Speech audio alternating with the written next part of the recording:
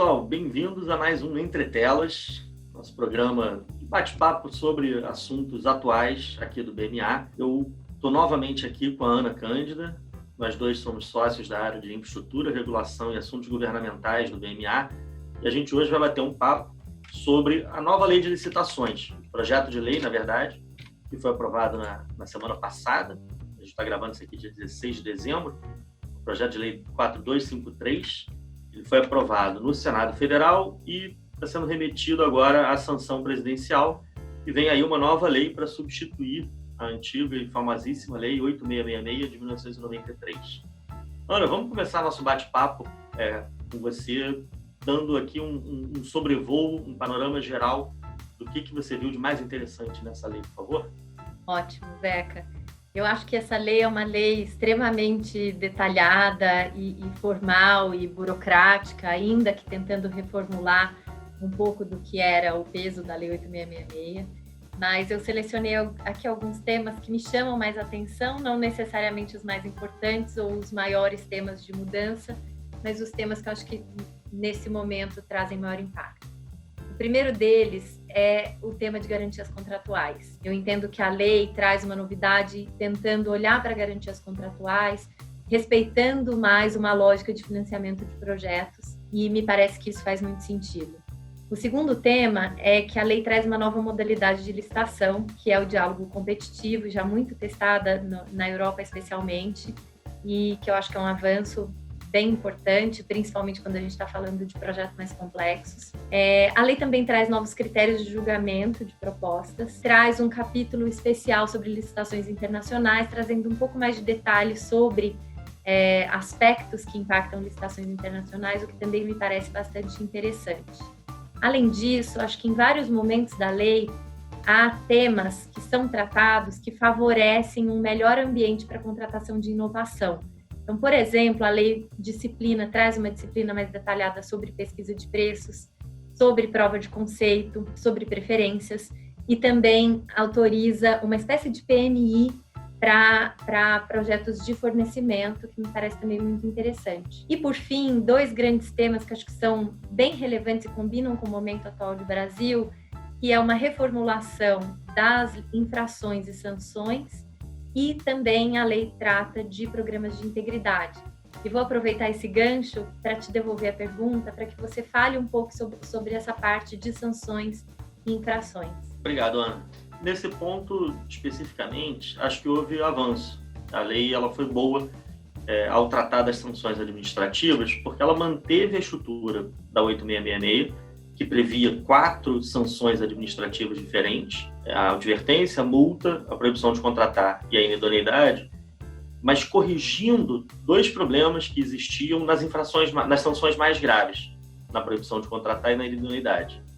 Então, com relação à proibição de contratar, havia uma controvérsia muito grande sobre o alcance da proibição, se ela ficaria restrita ao ente federativo que estava punindo a empresa. Então, por exemplo, uma empresa que fosse punida pelo Estado do Rio de Janeiro, ela, em tese, ficaria proibida de contratar apenas no Estado do Rio de Janeiro. Mas vários tribunais, considerando que a Lei 8666 não era tão clara nesse ponto, interpretavam de outra forma, dizendo que a punição tinha alcance nacional.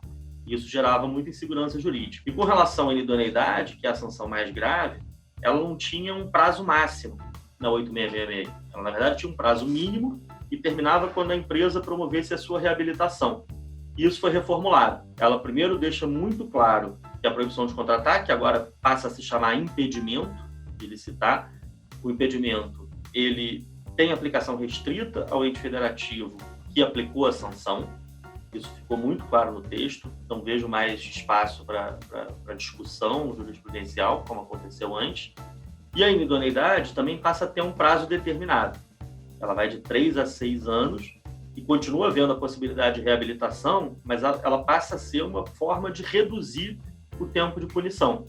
Então, a reabilitação ela pode acontecer nos 2 casos, tem um prazo mínimo de 1 e de 3 anos, para o impedimento e para a inidoneidade, mas se a empresa ressarcir o dano, é a primeira exigência, pagar a multa que tiver sido imposta e cumprir as condições previstas no ato que a puniu, e que podem incluir, inclusive, a implantação de um programa de integridade. Em 2 hipóteses, a lei passa a exigir isso como uma condição para a reabilitação, ela consegue encurtar o tempo de punição, que também é muito positivo, porque a empresa faz o que precisa fazer, corrige o seu rumo e continua participando de licitações sem ficar tanto tempo inabilitada. Então, especificamente no tema das sanções, acho que a gente teve avanço, sim. E você pode me falar um pouco sobre essa questão do programa de integridade? Posso, Ana.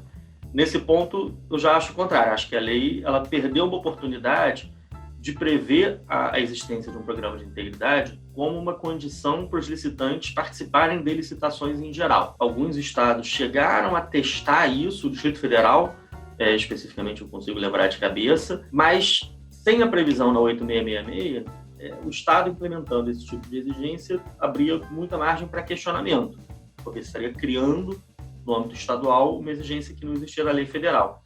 E a nova lei, que é uma lei federal que poderia ter colocado isso como uma exigência, não o fez.